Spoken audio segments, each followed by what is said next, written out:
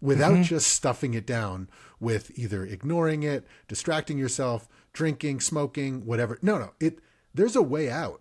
It's just, through fucking meditation, you fucking loser. No, I'm kidding. I'm kidding. Listen, we all know the Buddha says, and you notice how I'm saying Buddha now because you're enlightened. Yeah. The Buddha says, fucking yell at someone, call him a fucking loser, and tell him to meditate. It's written in the holy rocks up on the hills. Oh my God. You climb up to the top. Okay, let's record the intro now. So what did Milkless? Because I think we start with the name. Two dads, we love our kids, but then we also need them to know that we're like pretty cool and it's not like a wimpy podcast. So, hey, Milkless. Hey, welcome. Hey, Milkless. Call the audience, Milkless. What's up, Milkless? Max coming at you. What if that's it? That's our first take.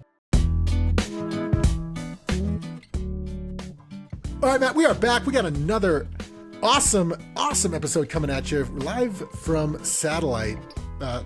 It's not proper English. We're both on a satellite.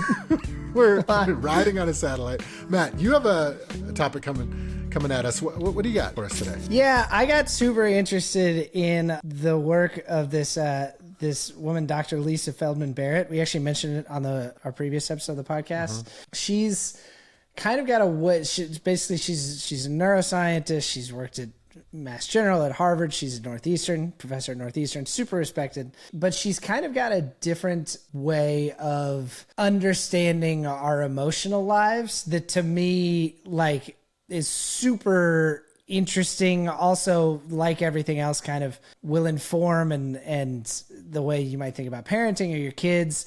And what I like about it is it feels like it is a way of looking at your emotional life that gives you a lot of power and agency in that emotional life. So I shared an interview with her with you. Did you do some research on this lady? Did you bone up a little bit? Yeah, I watched the first part of it. I got a few studies to round this out as we're diving in here. Well, it touches anxiety a little bit. So just to frame this for why this is important. So do you want me to kind of set it up more? No, I'll okay, round you got it. You got it. I'll make it round. So basically anxious teens are about 3 times more likely than non-anxious teens to have an anxious parent. So that's interesting. So even though sometimes it's like, hey, I don't matter, it's all about the kids, it's even worse for depression. So you could say that's nature versus nurture. I think to point to what we say on Milkless a lot is like kids will not listen to you, they watch you. If you're hard on yourself, if you're anxious, we're kind of modeling that behavior for our kids. So if you won't do it for yourself and work on anxiety or whatever for yourself, do it for your kids, because I think it could lead to a higher incidence rate of that, showing up in your kids. Another little study from this, it's basically 40% of kids surveyed were at least somewhat worried about their parents' mental health. Is that right? Yeah. How old were the kids? Do you know? There's a report called Caring the Caregivers, the critical link between parent and teen mental health. I think these are just various teens were surveyed. Okay. But yeah, think about that. 40% of kids worried about their parents' mental health. Now, listen, I wouldn't say just hide your feelings from your kids. Because you can't. You can't. But I'd say this is even more of a reason to work on ourselves. Because it's the best way to help our kids. So why don't you get into what Dr. LFB had in the YouTube video, and we'll link it. Well, yeah, we should link the video, because it's an interesting interview. And she's given a lot of them, but this one I came across recently. I think she just did recently on that dude, Diary of a CEO, which is an obnoxious title for a podcast. But anyways, it was a good conversation. So I'll start by saying that one of the quotes that really stuck with me that she said is, there are things that are our responsibility to change, not because they are our fault, but because we are the only ones who can change them. Yeah.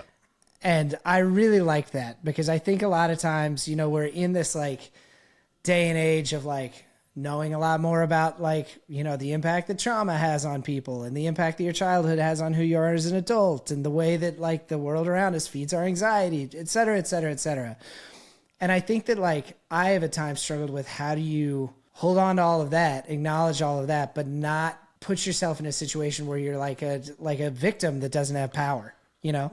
Well, I think it's everything that we've seen, you know, through this podcast is like things swing the opposite direction. It used to be suck it up. Don't be a fucking whatever. Like, come on.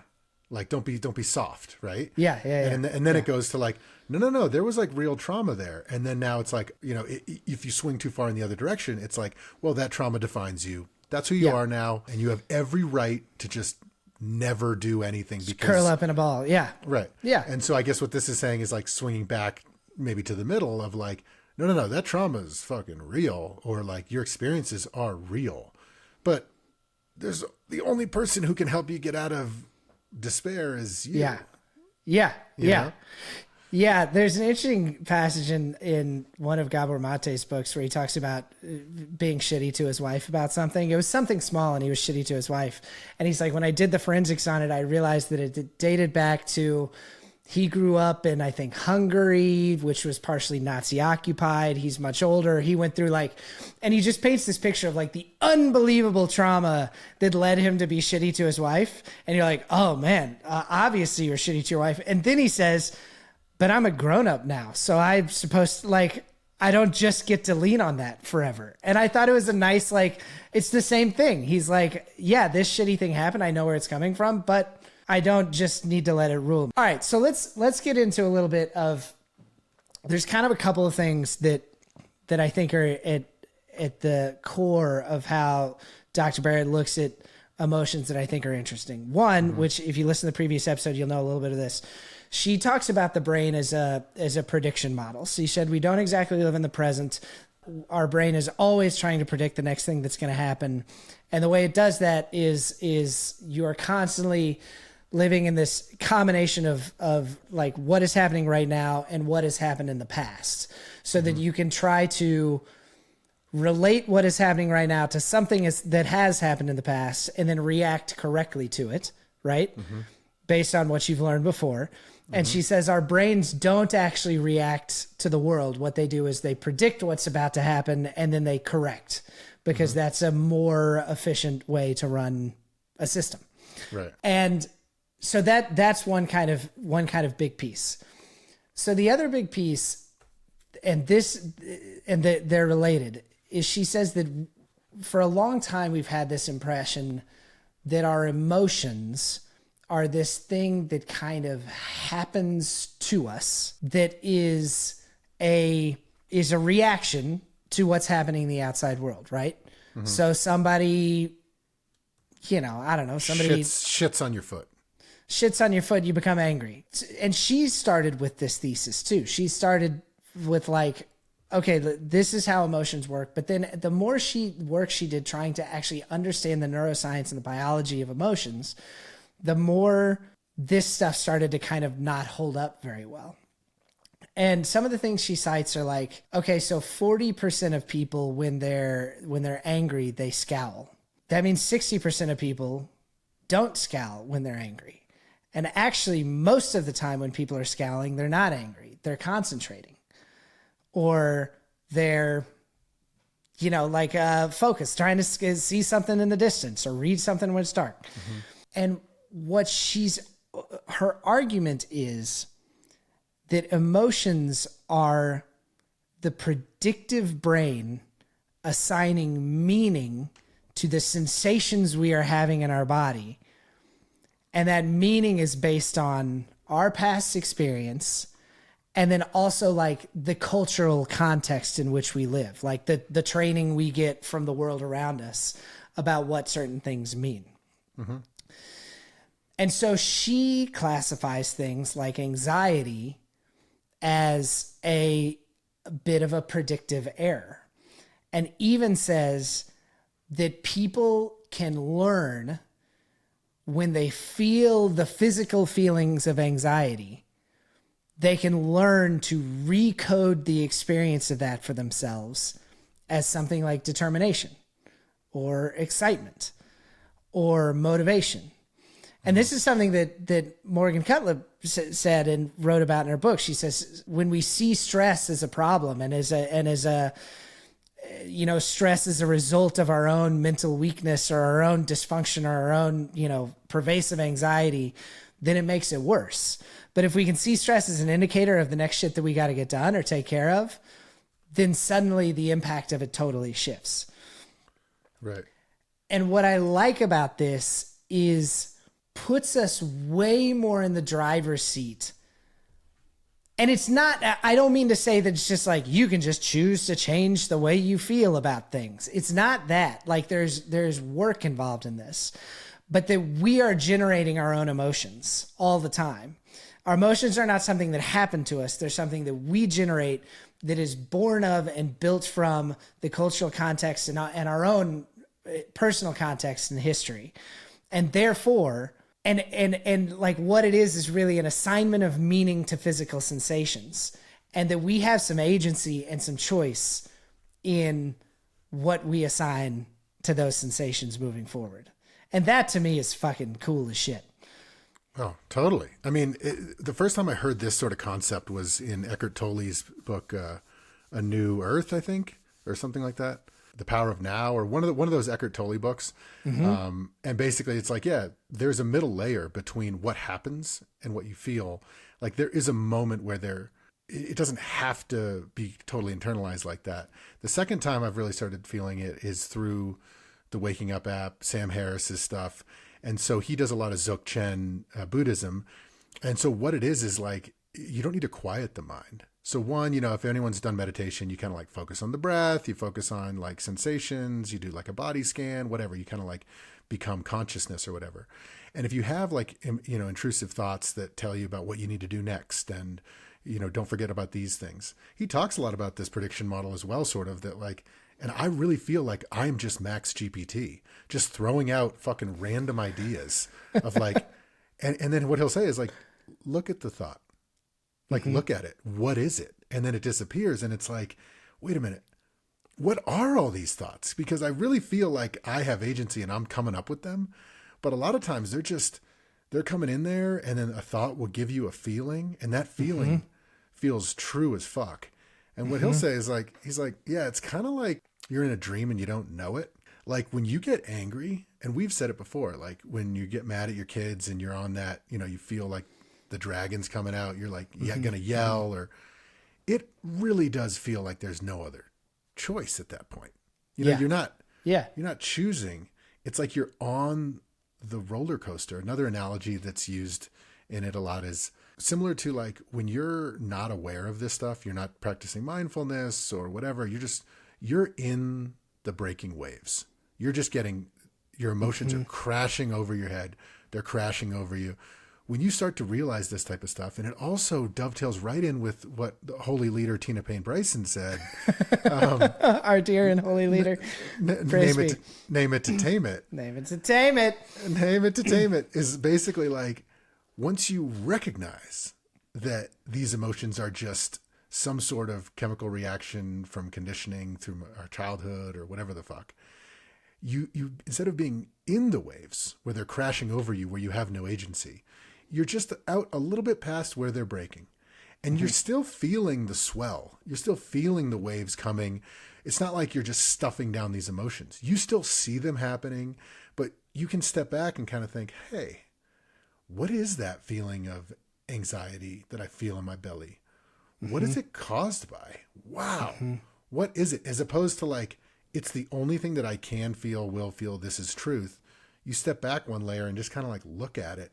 And it's weird. The minute you look at it, it just disappears or something. Because it's like... It fundamentally changes. It stops being real or something. Because you're like, oh, I'm just all turned up because I'm like catastrophizing and like, looking at the worst... Yeah. And there's an interesting like guided meditation exercise that was part of that waking up course, where like for the first 5 or 6 minutes, you're doing the normal meditation. You're focusing on the breath, you're focusing on sounds. You're really trying to ground yourself in the present. You're not trying to do anything. And then he's like, okay, now think of something that sucks. Think of something unpleasant that stresses you out. It may be a bad memory you have. It may be something upcoming that you're worried about, whatever. And so you do that, and then he's like, now feel that feeling in your body the same way you feel the breath or hear sounds or feel your butt against the chair. And it's like it started to detach the thought from the physical sensation, which then you can look and it's like, okay, the physical sensation is the physical sensation. It's there. I feel like when I feel stressed, I feel it in like my chest and belly. Like I feel it in my core. It's like a little hot. It's a little vibrating. It's a little, but like you can then detach it from the thought and suddenly like the thought doesn't have the power of the physical sensation. The thought's just a thought. And I've even heard the phrase that I like a lot. A belief is just a repetitive thought. So you can come to form these beliefs about yourself, whether they're I'm awesome or I'm inadequate or I'm irresponsible or I am impulsive or whatever. Those are just repetitive thoughts about yourself that are maybe tied to some physical sensation. And like, again, it's like it just puts you back in the driver's seat of how you deal with those things. And I've heard you say before many times, like your emotions are not truth. And like, that's never quite clicked for me exactly. I mean, I know the idea, like you don't need to be ruled by your emotions. You don't need to be ruled by your reactivity, but I've also always felt like, yeah, but emotions are like very real for us. And they're like, and even the idea that like are like, there's kind of this old like Western philosophy idea. It's like Kant. Sorry, I was, that I annoyingly majored this in college, but like I know. Fuck off. But like the Kantian idea that like your brain makes good decisions and is rational and is right, and your emotions in your body are the ape, and when you give in to them, you're fucked. We know now that that's not actually how it works. Like your thoughts and your emotions and your body are all inextricably wound up in each other. So it's not that they're not truth. It's more that like your emotions are also the product of your own thoughts and your own, and there's something you're generating, and therefore you get some say. This episode is brought to you by the Milkless Patreon. If you want to keep listening, it's only going to cost $79.99 per month. We're going entirely offline, so you can no longer listen unless you pay $79.99 per month. Just kidding, it's fucking free. We're actually losing money on the episodes, but we love doing it for you. All we want is for you to tell a friend. Think about that one friend who listens to podcasts. They told you about serial podcasts. They told you about, and it's like, tell them about one. Yeah. And it's Milkless. Just return the favor. The $79.99 does get you feet pics from Max. So if you're into that. Yeah. I guess when I say like they're not truth, what I meant is like, they're true, they're real, but they don't need to be your guiding light. It is a light in your life, in your chest, in your body. But it's like, before I started realizing this, you have a feeling. It's just that you're angry. Well, I must resolve this anger. Yeah. Like, because I don't believe in suppressing emotion, so I don't want to stuff this down. I need to resolve it. I must like have a conversation with the person I'm angry with, or I must rationalize this, or, or if I'm sad, I must become happy. I must fix this. If I'm anxious, I must resolve the to-do list to make the anxiety go away.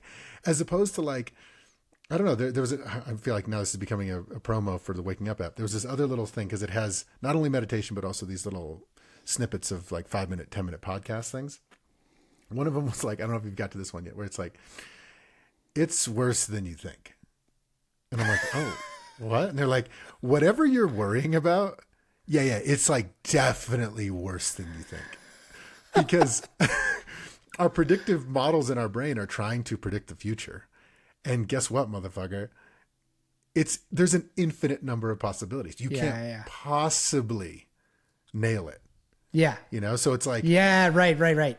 We're horrible at predicting the future. People are famously bad at predicting what's going to happen next. But even still, it's like there are so many possibilities that when we try to live our lives with, our life gets meaning by checking off a to-do list, having everything be whatever. It reminds me of something that I said. I think about how some partners, not naming names, think about the house being clean. I believe that the house, I mean, we don't have a hoarding problem. It's not, we could have a guest over and look in pretty much any room. And yeah, we got some piles around. I've been there. It's very respectable. Yeah. Yeah. It's like when we clean up, I feel like we are doing great stuff. My partner kind of feels like we are coming up to par. So I think that's just a general way that this thing was talking about looking at life in general. You just woke up, and a lot of times I feel like I need to get back to zero. When there's a reframing of like, when you wake up and it's like, oh, I'm alive. I could fucking move into the Canadian wilderness and build a log cabin and whatever. Like, I don't have to do anything. Yeah. Anything that I do, it's fucking gravy. It's put it on the fucking scoreboard, dude. Yeah. There's two things that what you just said made me think of. One is, so as far as this prediction model of our brain and what we're predicting, I think one of the unfortunate truths about our brain is that if our brain is really going to predict in a way that's going to try to keep us alive, because ultimately that's it, right? Like we're animals, we're trying to stay alive, we're trying to make more. Your brain is going to tend to predict worst cases a lot more than best cases. Because best cases, you don't need to fucking do anything. Like I win the lottery tomorrow, suddenly I'm kicking it. Worst case is the phone never rings again. And even though I'm very busy at work right now and it's all going gangbusters, I'm fucked. And then I got to figure out how to respond to that and solve that, right?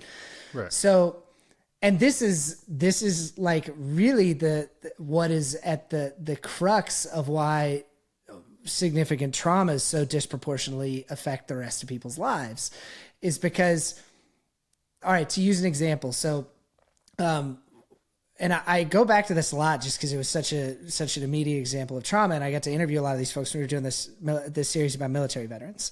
So a lot of these guys that drove like Humvees in Baghdad, the IEDs were the big boogeyman, right? When they'd come home, like if there was like a plastic bag on the side of the road, they would swerve into oncoming traffic. Even if they'd been home sometimes for years, they became like dangerous drivers because a plastic bag on the side of the road in Baghdad meant maybe you were going to die. And so when you have a traumatic experience, it lodges in this way in your brain, where your brain in the present reacts to that absolute worst case scenario. And because it's life or death, it lodges in there so heavily that you just like, whenever the present experience mirrors in any way that past experience, you go right back there, which is like the definition of being triggered. I mean, we one time interviewed a woman who had been the victim of sexual assault, and there were a number of guys on the crew, and we set up lights, and suddenly she couldn't get out of the room.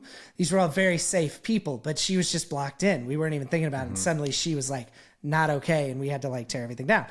So, but even in minor ways, if you haven't been through a significant trauma like that, the predictive work your brain is doing tends toward the bad case more than the good, because that's the one that needs to be ready to fucking jump in action. And that's been selected for. Like, think about it. Like a couple monkeys, 7 million years ago, one of the brothers was born, with best case scenario on the brain. The other one was terrified of everything. Best case was like, I could probably outrun this tiger, man. Like, yeah, right. Yeah. Like, yeah. And maybe he could. Maybe there's a 51% chance of outrunning the tiger. And the other one was like, I'm definitely going to die. I'm going to go hide and watch Netflix, for the next 6 weeks. Yeah. Netflix ape won. They lived. Yeah. The other guy died. So it makes sense that like we would be selected for to favor fear over bravado. But it runs amok sometimes, because ultimately our lives are not for most of us, our lives are not particularly dangerous on a day-to-day basis. Like this stuff is not life or death, but we still often end up experiencing that way. I actually have a few close friends who intentionally will go do something like skydiving or climbing just to remind their body that's like, this is life or death, motherfucker. That email that came in, that's an email that came in. Like, you're good, man.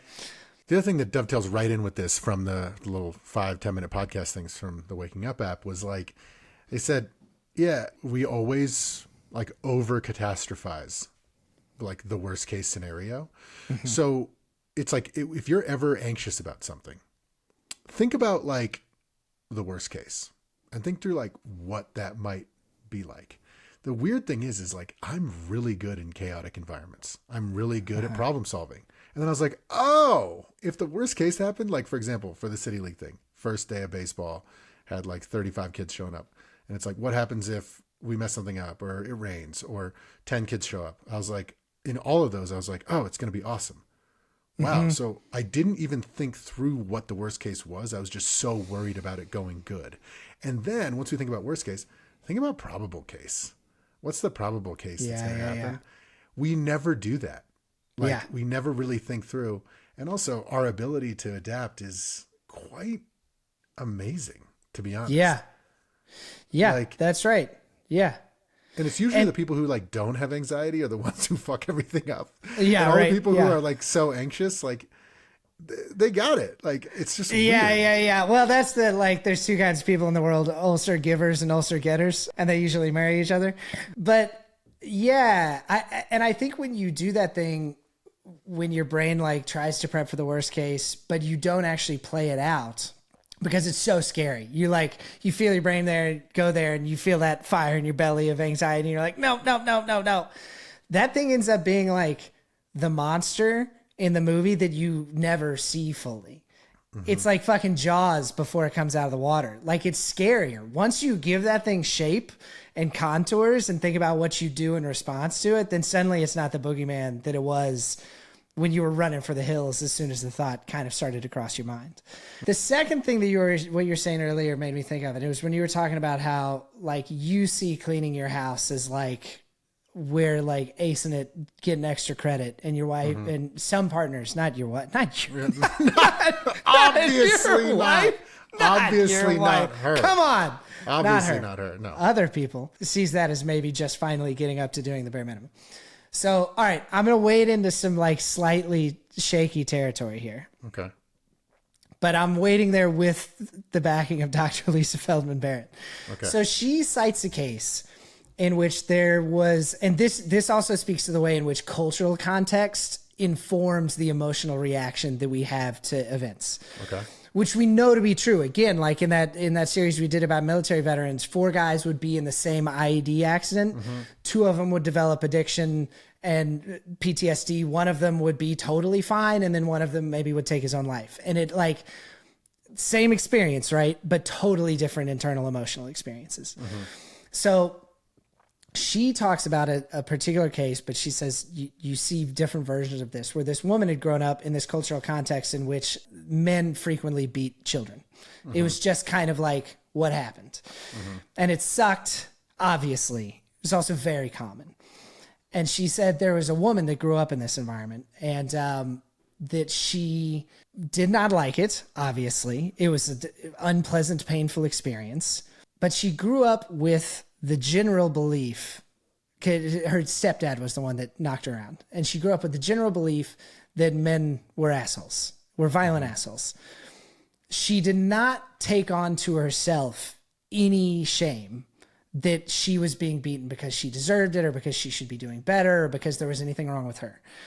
And what this woman, Dr. Barrett, talks about is like, she showed no signs of the kind of complex, really devastating trauma that we so often see with people who have been through abuse at the hands of their caretakers.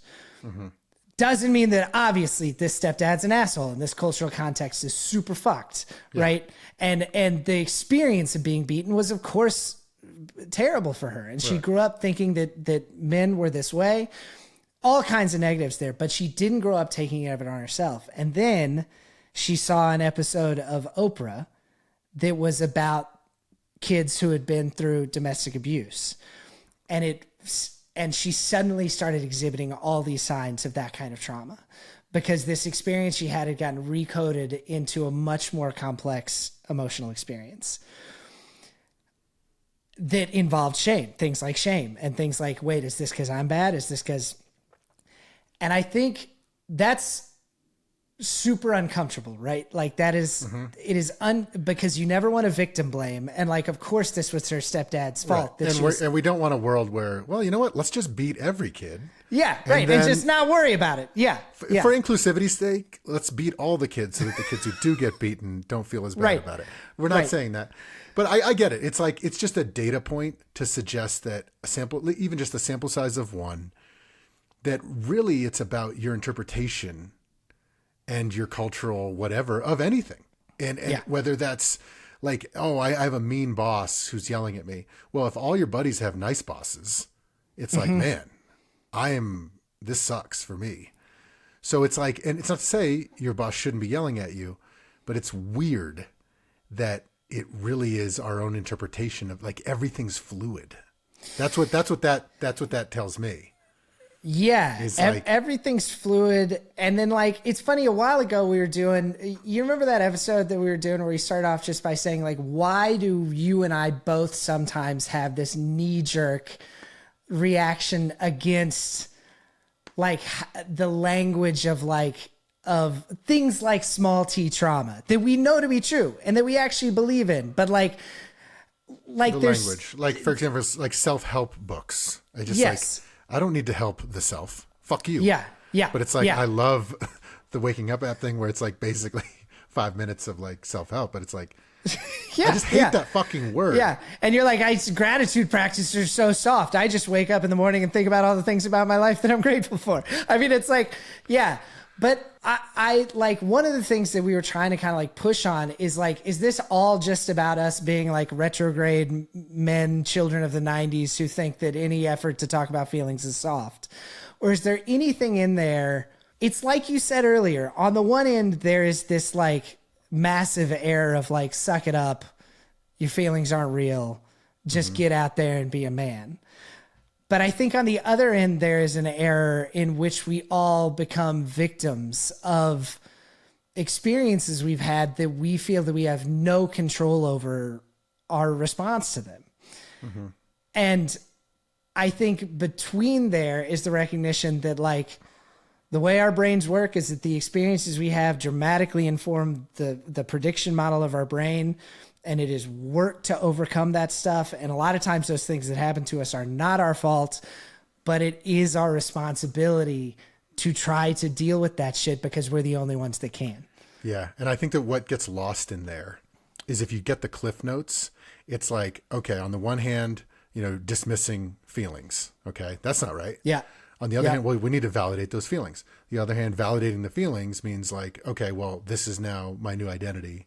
Yeah. But that's like victim, whatever. So then let's go into the middle. What the middle oftentimes is interpreted as is like stuff those feelings down, stop being, and then it yo-yos back to the other side. Yeah. Whereas it's not to say, let's say someone is a victim of verbal abuse, let's say at work. Mm-hmm. Let's keep it like lightweight. Mm-hmm. And someone like a boss really fucking laces into you. It's like, that's unacceptable behavior and you feel like shit. It's not that like, hey, you shouldn't feel like shit, but the thing is that there is a pathway for you to get out of that without just stuffing it down with either ignoring it, distracting yourself, drinking, smoking, whatever. No, there's a way out. It's just, through fucking meditation, you fucking loser. No, I'm kidding. I'm kidding. Listen, we all know the Buddha says, and I notice I'm saying Buddha now because you're fucking enlightened. Yeah. The Buddha says, fucking yell at someone, call him a fucking loser, and tell him to meditate.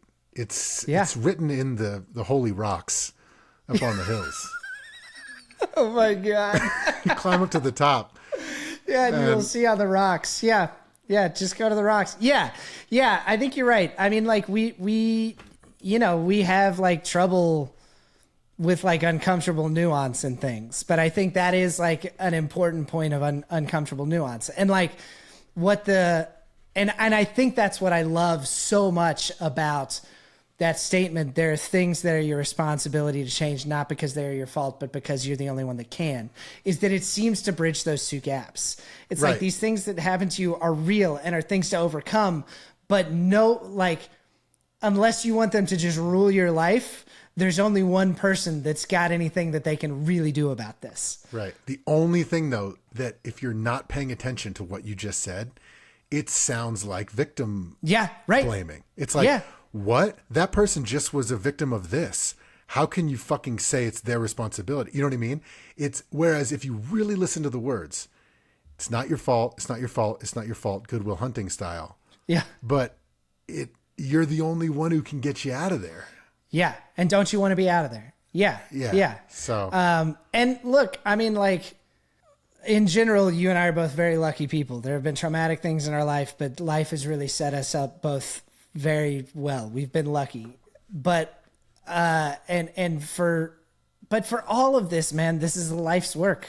This is a life's work to try to choose to be the people that we want to be and have the emotional reactions that we want to have.